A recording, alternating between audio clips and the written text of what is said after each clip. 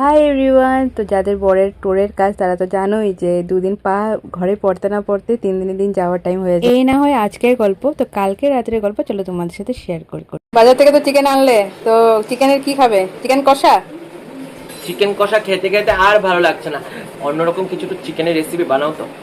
So শুনতেই পেলে তোমরা, যখনই চিকেন আনবে ঘরে তখনই বলবে অন্যরকম কিছু বানাও না চিকেনের। তো আজ ভেবেছি যে কালকে একটা রেসিপি দেখে রেখেছিলাম, তো সেটাই বানাবো। তো বোনলেস চিকেন নিয়ে নিয়েছি, তার মধ্যে রসুন, কাঁচা লঙ্কা, আদা, পেঁয়াজ দিয়ে পেস্ট করে নিয়েছি।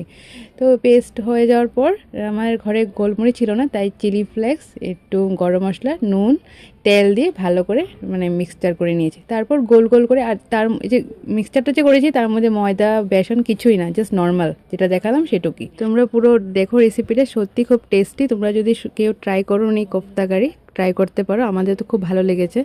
তো এই যে বলগুলো এখন গোল্ডেন ফ্রাই করে নেব, ঢেকে ঢেকে রেখেছিলাম আমি, তার সাথে অন্য কাজও করছিলাম।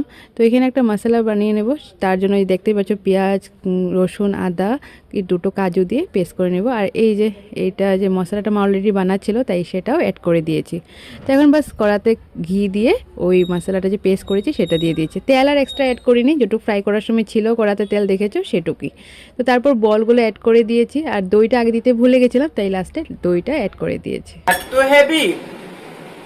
যাক, যে বলেছিল অন্যরকম কিছু বানাতে ওর ভালো লেগেছে। ক্যামেরার সামনে বলে না, এমনিও বলছিল, যখন বলসগুলো খেয়েছে তখনই বলছিল বা এটা বেশ টেস্টি তো খেতে। কারণ আমরা ফার্স্ট টাইম ট্রাই করেছি না, ফার্স্ট টাইম যে কোনো জিনিসই বেশ ভালোই লাগে, তাই না? খেতে খেতে যখন একঘেয়ে লেগে যায় না, তখন আর ভালো লাগে না। ফ্রেশ ক্রিম নেই, না হলে ফ্রেশ ক্রিমও অ্যাড করা যেত। এতটাই তো সানডে রাত্রের গল্প তোমাদের সাথে শেয়ার করছিলাম। এই হলো মানডে রাত্রে, মানে অফিস থেকে আমাকে নিয়ে আসলো, তারপরে ওই যে ভাত টাত খেয়ে যাওয়ার টাইম হয়ে গেছে।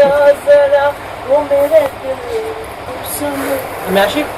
উইকের বেশিরভাগ দিনগুলোই যেহেতু টোরেই থাকে, সানডে ঘরেই থাকে। সানডে আমারও ছুটি, ওরও ছুটি থাকে।